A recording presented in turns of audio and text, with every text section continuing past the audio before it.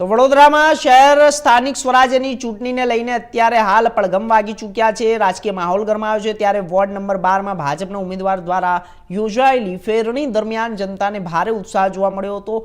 અકોટા વિસ્તારમાં સ્થાનિક લોકોએ ઢેર ફૂલોથી અને મોઢું મીઠું કરાવીને ભવ્ય સ્વાગત કર્યું હતું। શહેર મહામંત્રી રમેશભાઈ પટેલ અને પ્રમુખ યુવા મોરચા મૌલિક દેસાઈ પણ આ ફેરણીમાં જોડાયા હતા। વડોદરા શહેરના વોર્ડ નંબર 12 માં ભાજપના ઉમેદવારો દ્વારા ચૂંટણી પ્રચારને લઈને વિસ્તારમાં ભવ્ય ફેરણીનું આયોજન કરવામાં આવ્યું હતું અને આ ફેરણી સ્થાનિક નાગરિકોએ ઉમળકભેર સ્વાગત કરી ભાજપ ઉમેદવારોને ફૂલહાર પહેરાવી અને મીઠો આવકાર આપ્યો હતો અને ખાસ કરીને અકોટા વિસ્તારમાં જન સમર્થનનો વિશાળ પ્રવાહ જોવા મળ્યો હતો। ફેરણી દરમિયાન શહેર ભાજપના મહામંત્રી રમેશ પટેલ પણ હાજર રહ્યા હતા અને કાર્યકરોમાં ઉત્સાહ વધાર્યો હતો।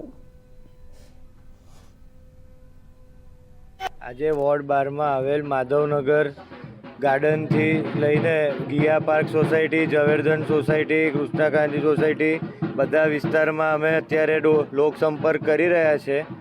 સાથે અમે ચારે ઉમેદવાર છે, સમીરભાઈ વાઘેલા, શકુંતલાબેન વસાવા, રીટાબેન સિંઘ અને બધામાં પ્રમુખ મહામંત્રીઓ સાથે સૌ કાર્યકર્તાઓ અમે દરેક વિસ્તારમાં અમે આજે 6થો દિવસ છે અમારો લોકસંપર્કનો।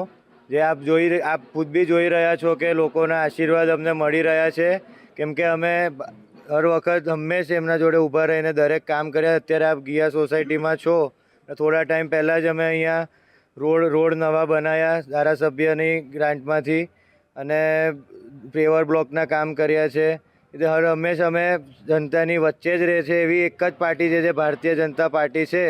બાકી બધા ખાલી ઇલેક્શન આવે ત્યારે આવે, એટલે લોકોને હંમેશા અમારા ઉપર આશીર્વાદ રહે છે અને કેમ કે અમે લોકોની વચ્ચે રહીએ છીએ।